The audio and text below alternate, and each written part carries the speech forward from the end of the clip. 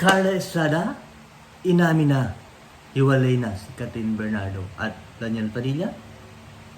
What's up mga kapadyante at mga ka-showbiz dyan. Ayan po, welcome again to my channel. At guys, eto, kapit kayo.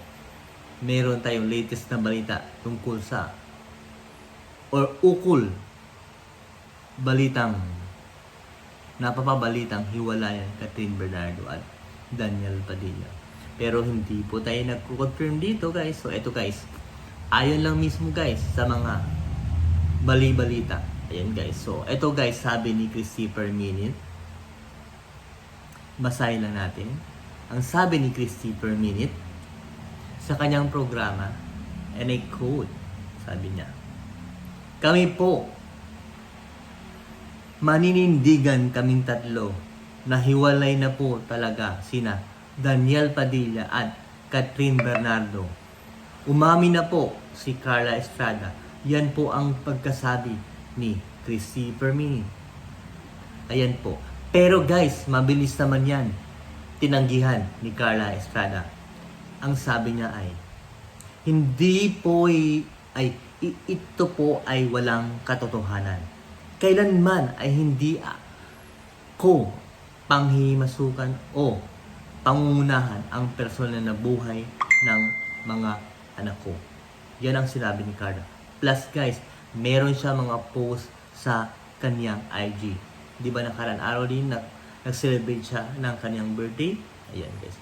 Ito ang kanyang mga post sa kanyang social media. Ayan. So, gumamit siya ng mga verse. Anong sabi ng unang verse? Basahin natin dito ay, "Do not be afraid. Do not be discouraged.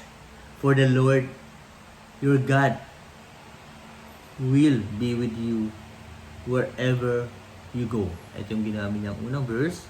So, pangalawa, sabi ng verse, ayan, "He who is with you, sin among you.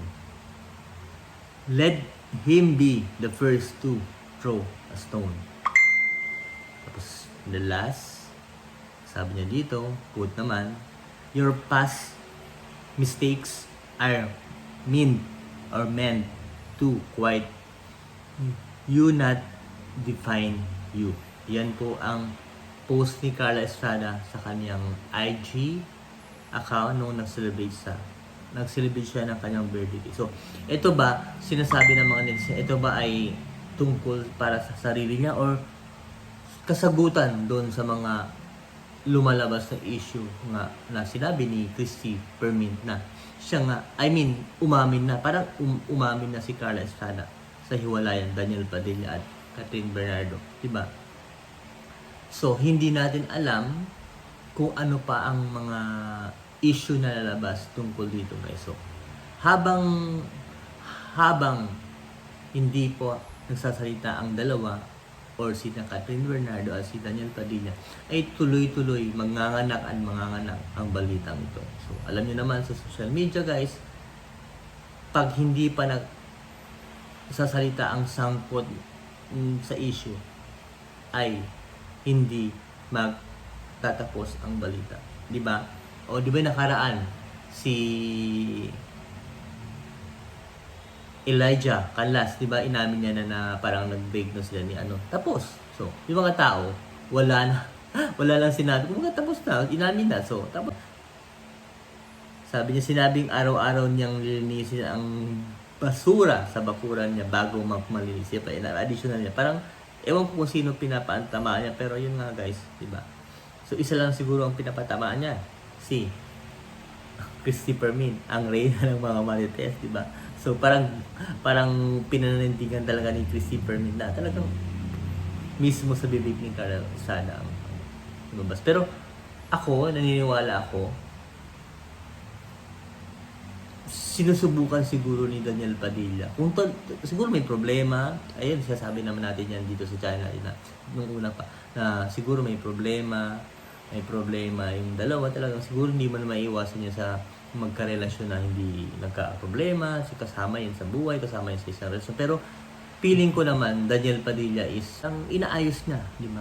Di ba nung nakaraan sabi din niya sa mga fans na basta relax lang, sabi niya, parang ako na bahala, di ba? Tapos mahal ko kayo, sagad. Parang, yun nga, parang feeling ko naman si Daniel Padilla, ginagawa niya ang lahat para lang magkaroon ng solusyon ang kinakaharap nilang problema ni Catherine at ni Daniel, ni Catherine at sa kanya, di ba?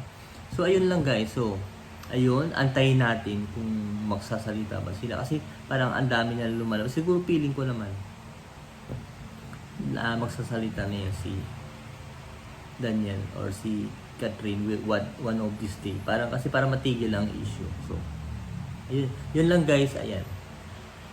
Yan, maraming salamat and please don't forget to subscribe and share this video. Thank you!